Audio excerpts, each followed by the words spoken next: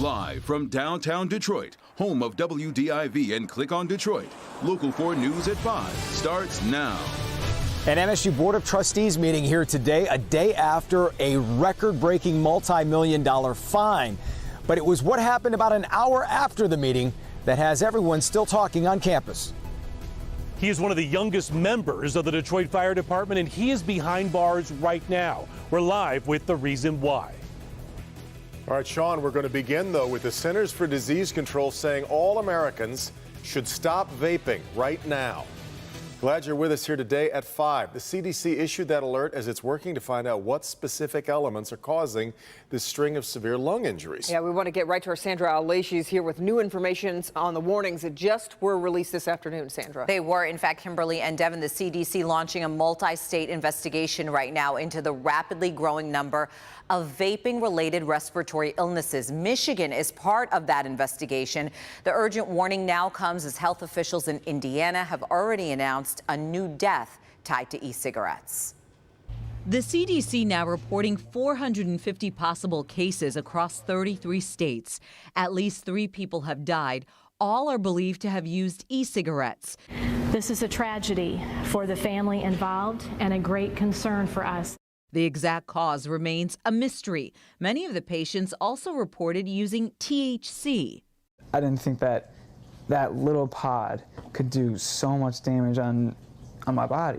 18-year-old Adam Hergenrader was rushed to the hospital last weekend. He's now taking steroids, antibiotics, and using supplemental oxygen. He's living proof of what it does. The pictures of his lungs, living proof of what vaping does to your lungs.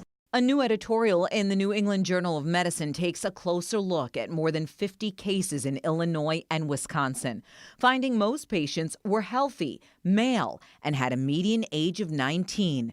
98% were hospitalized. A third required ventilation. Shortness of breath, cough, and even some GI symptoms, nausea, vomiting, and diarrhea. Sometimes we see blood in the airway, which can be alarming. The CDC believes a chemical is responsible, but hasn't yet identified a single substance, product, or device. In the meantime, officials are urging you not to use e-cigarettes or buy vaping products off the street. A 4th death now is under investigation. In fact, the CDC says e-cigarette use is never safe for young people or pregnant women. But tonight they are concerned about everyone. The median age is 19, which means a lot of people are younger than that. And that was part of the governor's move yesterday, aiming at young people trying this. And they're talking a lot about young men connected to this as well. Sure. All right, Sandra, thanks. Well, shortly after Michigan State University's new president addressed survivors of Larry Nassar, a bomb threat was called into the building where that meeting occurred. Yeah, the threat forced the evacuation of the Hanna administration building. Jason Colthorpe was in East Lansing to report on the meeting and the commotion that followed. It was about 10:45 this morning when someone phoned in a bomb threat, according to East Lansing police, and they say it was specific to the Hanna administration building here. Everyone was evacuated, including the MSU president, who had just adjourned the Board of Trustees meeting about an hour earlier. Each individual who has signed up to speak will have 3 minutes to address the board. The meeting began with public comment, including Nassar survivors, who are considered the second wave of survivors filing lawsuits.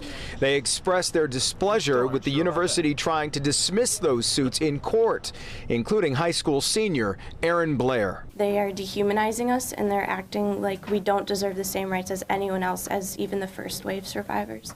And that's really horrible to do.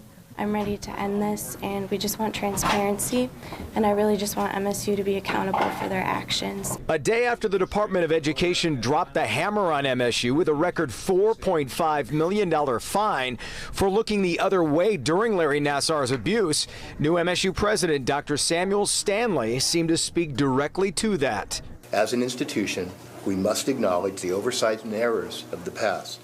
And we must take actions that advance healing and ensure that this is a safe, respectful, and welcoming campus for all. members of the faculty, survivors, staff, students shouldn't have to be fighting with the board all the time to try and get these things to happen. We shouldn't have to have the federal government come in to make these things happen. As for the bomb threat here, quite unusual. One employee told me in her 40 years here, she's never heard of a bomb threat here. Police did search the building and gave the all clear around 12:30. In East Lansing today, Jason Colthorpe, Local 4. Okay, Jason, and in addition to MSU, false bomb threats were called into several schools and hospitals in northern Lower Michigan this morning. No word yet on if they are connected to MSU. New at 5, an off-duty Detroit firefighter arrested overnight, accused of driving under the influence. We bring in Sean Lay, who's live with what happened here. And Sean, this is a new member of the department, right? Very new, still gathering details. Here's what we know. Sources are telling us this 21-year-old firefighter hit a parked car with a passenger in his car. He's behind bars right now. The firefighter stands out because he was the only person to be hired out of a special Cody High School firefighting program touted by the city to put Detroit students at the front of the line to get firefighting jobs. And now tonight, there's concerns about his future. The firefighter under arrest tonight was part of the groundbreaking pilot program between the Detroit Fire Department and Cody High School in Detroit. In fact, the Cody grad was the only person in the high school fire training program, we're told, to make it all the way through and be hired by the Detroit Fire Department at one of the youngest ages ever for the department. He was only 19 years old. That firefighter is now 21 and works here at Engine 55 at Joy and the Southfield Freeway. Just up the road is the intersection of Evergreen and Plymouth. Right before 2 this morning, there was a crash at the intersection. City officials were told that the firefighter was behind the wheel of his car and allegedly caused the crash. Detroit police arrived at the scene and the young firefighter was arrested for operating his vehicle while intoxicated. We're back here live. That young firefighter remains jailed at this hour. He has not been charged. That's why we are not naming him right now. We are being told the charges are likely pending and he could be arraigned as early as tomorrow. Devin, Kimberly, back to you. Well, Sean, what's the word from fire administration so far on this? Checked with them a couple of times today. They are aware of the incident. They are aware the firefighter has been jailed tonight. In the meantime, they're still waiting for more information, still pointing out that he is yet to be charged. All right, Sean. Rescue and relief efforts are in full swing in the Bahamas as the island faces the damage left by Hurricane Dorian. Right now, thousands of survivors are desperate for help after Dorian destroyed entire communities. The impact of Dorian felt on every street and every direction. Bahamian officials warn people to prepare for the unimaginable as the death toll in the country continues to rise to 30. As rescue efforts continue, many survivors remain in a state of shock. We lost everything, so right now we just like in survival mode right now. It literally looked like we were bombed. Everything in Abaco is gone. Country is starting to get some much needed aid. Several cruise ships diverting from their normal vacation routes to bring aid as their kitchens cook up thousands of meals to be delivered to those in need. And over here now with Ben, Bahamas, of course, just reeling there. But a much weaker Dorian actually hit the U.S. today, landfall. Yeah, about half the size or half the strength of what hit the Bahamas. It was a Cat 5 when it ran into the Bahamas.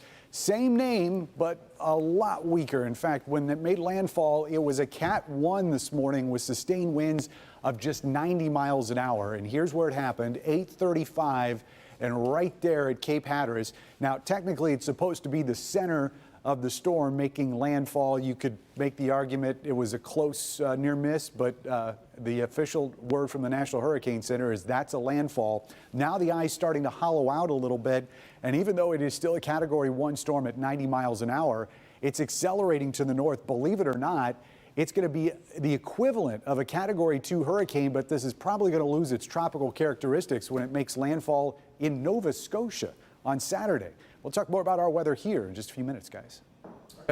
Now to brand new information into a deadly hit and run overnight in East Point. Irvin Brock Smith was found in the middle of 10 Mile last night, right near Dale Street, with his motorcycle on the ground nearby. Well, now police are looking for a driver who may have been involved. Larry Spruill is live in East Point tonight. So, Larry, do police have at least a good description? Yeah, good evening, Kimberly and Devin. As of right now, they have very little to go off on with that description, but they are relying heavily on security cameras across the street. Now, police say he was hit right over there by the apartment complex, but he was found just down the street on the grass. He was my soulmate since I was 16 years old. Too shaken up to talk on camera, Danny Schmichting describes her boyfriend, Irvin Brock Smith, on the phone with me Friday. He was an amazing guy, and this just shouldn't have happened. It shouldn't have happened. What she says shouldn't have happened did happen. Police say Smith was hit and killed Thursday night while riding his motorcycle here at 10 Mile near Dale Street in East Point. Danny says he was at her house just before he snapped this picture. That's her last memory of him. Reconnected over the years, on and off. Police say Smith was driving westbound on 10 Mile Road before losing control of his motorcycle and crashing. Witnesses saw a second car leaving the scene. Police believe that car was involved as well. Whoever was involved needs to come forward. We need to know what happened. His family and I are begging. She left. She freaked out. She left. She left my love of my life to die in the street. And that's not fair. And police say they are looking for that driver. They say she is a black female with braids, about 20 to 30 years old, roughly 5'9". She was wearing a white shirt. She was also driving a black GMC Envoy with front end damage on the front. We are live in East Point tonight. Larry Sproul, Local 4. Okay, Larry. Well, it's a story that has us all wondering, what are the odds? New tonight, how a Macomb County man walked into a gas station and walked out $1 million richer. Frank? It's feeling more like fall, but summer isn't done with us yet. I'm Dr. Frank McGeorge. Tonight at 5, the clash of the seasons has begun at local doctors' offices. I'll show you what's going around near you. A mother of 3 was all set to move into a newly renovated home on Detroit's west side, but she says she was ripped off. I'm praying every day, all day for this place. Now she wants justice. We'll tell you how you can help.